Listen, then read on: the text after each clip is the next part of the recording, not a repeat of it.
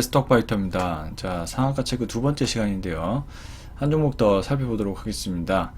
자, 종목 이름은 버킷 스튜디오인데요. 066410 종목 코드를 가지고 있습니다. 일단 콘텐츠 쪽이 계속적으로 시세를 주도를 하고 있으면서도 이렇게 관련된 한 종목씩 상한가가 나오기 때문에 중요한 것은 계속 콘텐츠 쪽이 시세가 살아있다라는 것을 반증합니다. 그렇기 때문에 어떤 감을 잃지 않기 위해서도 계속적으로 관련된 상한가 체크 정도는 하면서 기회를 엿봐야 될 것 같습니다. 그렇기 때문에 계속 한 종목씩 돌아가면서 이쪽 섹터에서 상한가가 나오고 있다는 사실이 중요하다. 이 사실을 한번 기억을 해주시면 좋을 것 같고요. 자, 버킷 스튜디오는 영화나 영상, 교육 등 이런 컨텐츠를 제공하는 기업이고요. 필터링 솔루션, 모바일 서비스, 라이브 커머스 같은 이런 사업도 진행을 하고 있습니다. 자, 유명한 이제 아티스트 컴퍼니 이정재 정우성 이 두 분의 제작사로 있는 아티스트 컴퍼니 대주주입니다. 버킷 스튜디오가 그렇기 때문에 또 이 영화 관련된 그 종목이기도 합니다. 자, 상한가 제로는 역시 한학령 해제에 따른 K 컨텐츠 기대감인데요. 지금 헌트 영화가 있었잖아요. 지금 넷플릭스에서 볼 수가 있죠. 그렇기 때문에 중국 시장이 열리게 되면 또 관련된 그 영화들이 중국 시장에 오픈이 되면 또 실적이 늘어날 수 있다는 그 기대감이 현재 있습니다. 자, 펀디멘탈 최총 1,500억이고요. PER이 1배네요. 뭔가 일시적으로 재무구조 개선된 게 있었던 것 같아요. PBR이 근데 0.56배 밖에 안 됩니다. 굉장히 저평가되어 있죠. 뭐, 이렇게 버킷 스튜디오 자체가, 이제 PBR이 0.56이라는 것은 이런 콘텐츠 기업이 PBR이 굉장히 낮은 경우를 잘 못 봤는데, 굉장히 저평가되어 있는 그런 상황으로 보시면 될 것 같습니다. 자, 이런 부분도 상한가를 가게 만든 하나의 요소이기도 할 겁니다. 여러분 몰랐죠? PBR 0.56배인 거. 그러니까 이렇게 기업을 뜯어봐야 새로운 내용들이 나옵니다. 지금 콘텐츠 기업들이 지금 그 밸류가 상향되고 있는데 이렇게 저평가되어 있으면은 주가가 계속 레벨업 할 수 있는 확률이 높아지죠. 자, 외국인들이 46만 주를 매수했고요. 개인이 37만 주를 매도했습니다. 프로그램이 56만 주 매도했고요. 기계적으로 계속 상한가 만들려고 산 거죠. 기술적 분석을 보시면 근데 주가가 버킷 스튜디오도 이렇게 이게 상한가를 자주 간다는 것은 이게 끼가 있는 거거든요. 만약에 이때 작년 9월 23일 날 3,500원에 잡았다 해도 최고가 8,400원까지 가지 않습니까? 이 정도면 뭐 2배 먹었잖아요. 이 정도면 뭐 대세 상승률 2배 정도 먹으니까 단기간에. 그러니까 이렇게 한 번씩 상한가를 친다고. 이럴 땐일수록 한번 또 어떻게 시세가 날지 계속 주목을 해볼 필요가 있을 것 같고요. 근데 다만 너무 급하게 지금 각도가 국제약품하고 비교했을 때 어때요? 각도가 조금 가파르죠. 너무 급하게 오른 게 있어요. 급하게 떨어지고 급하게 오르고.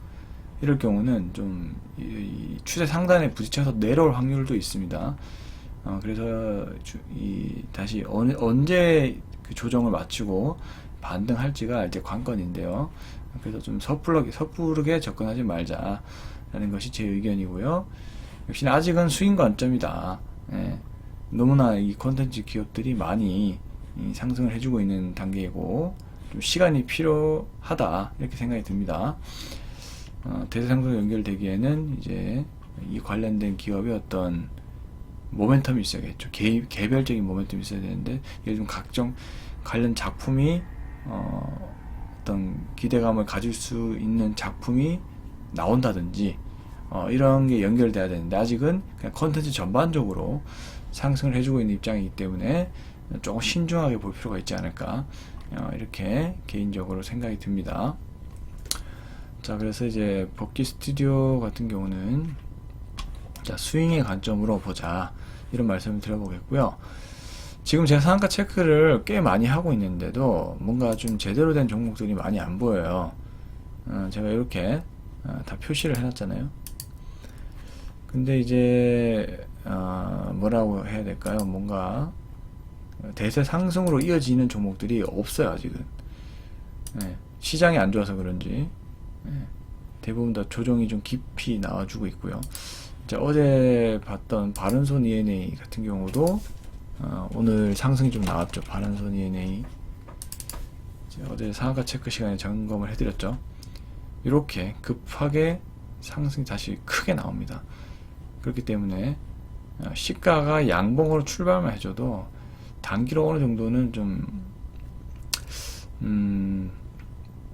수익을 거둘 수 있지 않을까. 근데 물론 위험합니다. 이제 쫓아가기에는 조금 위험하긴 해요.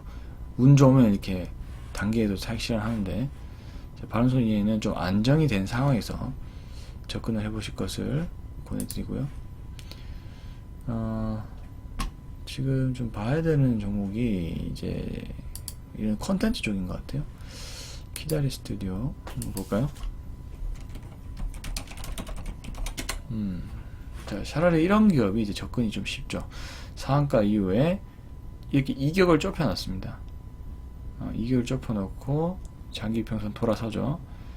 이렇게 한번 크게 칠 때 이런 자리에서 이제 매수를 해주면 단기로 좀 수익을 거둘 수 있는 그런 여지가 좀 생기는데, 아직까지는 이제 대세 상승으로 이어지지 않고 조금씩 스윙으로만 기회를 조금씩 주고 있다, 이렇게 보셔야 될 것 같습니다. 지금 최근에는 컨텐츠 쪽만 조금 상승이 나와주는 그런 모습을 이제 보여주고 있습니다. 레몽레인도 상가 체크 시간 이후에는 주가가 조금 밀렸죠. 올랐다가 다시 밀렸다가 이렇게 갑니다. 차라리 이럴 때 공략하는 게 낫다는 거죠. 주가가 충분히 이렇게 조정의 기회를 주잖아요. 이제 이 추세 20일 이평선이 살려놓고 여기 계속 지지받죠. 그러면서 단기 고점, 단기 이평선 11선 뚫잖아요. 차라리 이제 이런 자리에서 레몽레인을 차라리 공략하는 게 좀 더 좋다, 이거죠. 상한가를 갔다가 즉시 공략하는 게 아니라 추세가 살아있는 걸 확인하고 공략하는 방법이 있습니다. 그 다음에 코퍼스 코리아가 또 얘도 이제 재벌집 막내 아들 관련된 종목이죠. 다시 볼까요? 코퍼스 코리아도 비슷하죠. 레몽레인하고 비슷하게 움직입니다. 운 좋으면 이제 이럴 때에서 한 번씩 크게 먹지만 좀 이렇게 빠진단 말이에요. 빠졌다가 어느 정도 지지받고 다시 단기 평상 돌면서 이렇게 돌아갈 때 차라리 공략을 해주는 게 좀 더 마음 편하다, 이렇게 보실 수 있고요. 전기차 쪽은 좀 시세가 안 나오고 있고요. 요즘에 제약바이오도 좋죠. 데보 마그네틱도 조정을 마쳤나요? 이제 요런 자리 조정을 마치죠. 이제 뚫었지만 기회가 살짝 없었다고 하신 분들은 요렇게 조정이 나오지 않습니까? 이럴 때 또 들어가시는 게 또 현명하죠. 데보 마그네틱도 기회를 조금씩 주고 있다. 그 다음에 제가 볼라 했던 게 삼천단 제약.